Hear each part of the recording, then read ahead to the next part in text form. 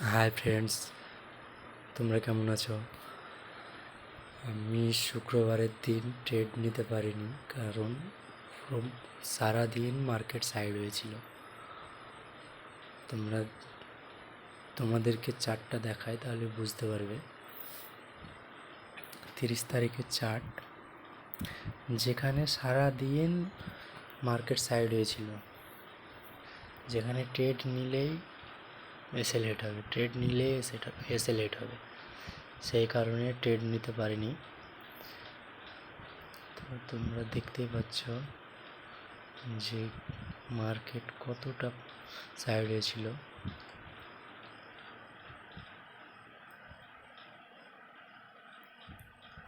আজকে market gap up open হয় এবং গ্যাপ আপ ওপেন হওয়ার পরে মার্কেট নিচের দিকে নামে। যেখানে আমি ট্রেড নিয়েছিলাম, ট্রেড নেওয়ার পর দুটো ট্রেডেই আমার এসএল হিট করেছিল। দেখো বন্ধুরা, এই জায়গাতে আমি একটা ট্রেড নিয়েছিলাম যেখানে আমার এসএল হিট করেছিল। আবার এই জায়গাতে একটা ট্রেড নিয়েছিলাম যেখানে আমার এসএল হিট করেছিল। এসএল মানে আমি ছোট প্রফিট বুক করি, পরে আবার আমার এসএল হিট হয়, 3,500 টাকা মতো লস হয়ে যায়।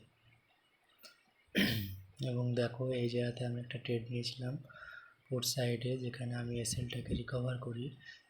তারপরে আরেকটা কল সাইডে আমি ট্রেড নিই, যে দেখো এই জায়গাতে ট্রেড নিয়েছিলাম যেখানে মোটামুটি 60 পয়েন্ট কাজ করেছিলাম, যেখানে আমার ওভারঅল প্রফিট হয়েছিল 5,000 টাকা। 5,000 টাকা প্রফিট হওয়ার পর মার্কেট আবার সাইড হয়ে হয়।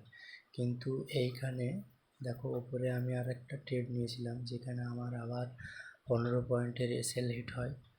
তারপরে তোমাদেরকে দেখাই আমি কোথায় ট্রেড নিয়েছিলাম। শেয়ার ডট মার্কেট অ্যাপসটা ওপেন করি।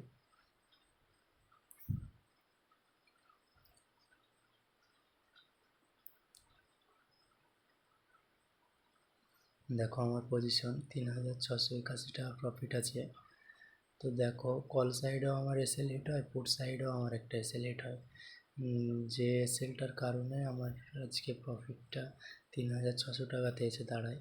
অনেকগুলো ট্রেড নিতে হয়েছিল আজকে। প্রথমবার এসএল হিট করার পরে, এসএল হিট হয়ে যাওয়ার পরে দেখো 271 টাকা করে কিনে, যেটা আমি বিক্রি করেছিলাম 317 টাকাতে।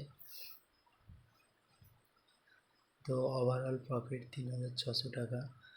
কালকে দেখা যাক মার্কেটের প্রেডিকশন কি থাকে, মার্কেট কোথায় গ্যাপ আপ ওপেন হয় না গ্যাপ ডাউন ওপেন হয়। তো যাই হোক বন্ধুরা, আমার টেলিগ্রাম চ্যানেলটা জয়েন করে নিও এবং আমার এই ইউটিউব চ্যানেলটা সাবস্ক্রাইব করে দিও এবং ভিডিওটা শেয়ার করে দিও, যাতে আরও ভিডিও করার মোটিভেশন আসে।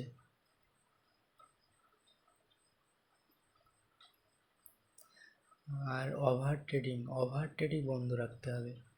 ওভার ট্রেডিং, আমি নিজেও ওভার ট্রেডিং এখন পর্যন্ত কন্ট্রোল করতে পারছি না, যে কারণে আমার প্রফিট বড় হওয়ার পরও সেটা ছোট হয়ে যাচ্ছে। তো যাই হোক, प्रॉफिट ही होता है, সে ছোটা हो या बड़ा हो। ঠিক আছে বন্ধুরা, কালকে আবার দেখা হচ্ছে।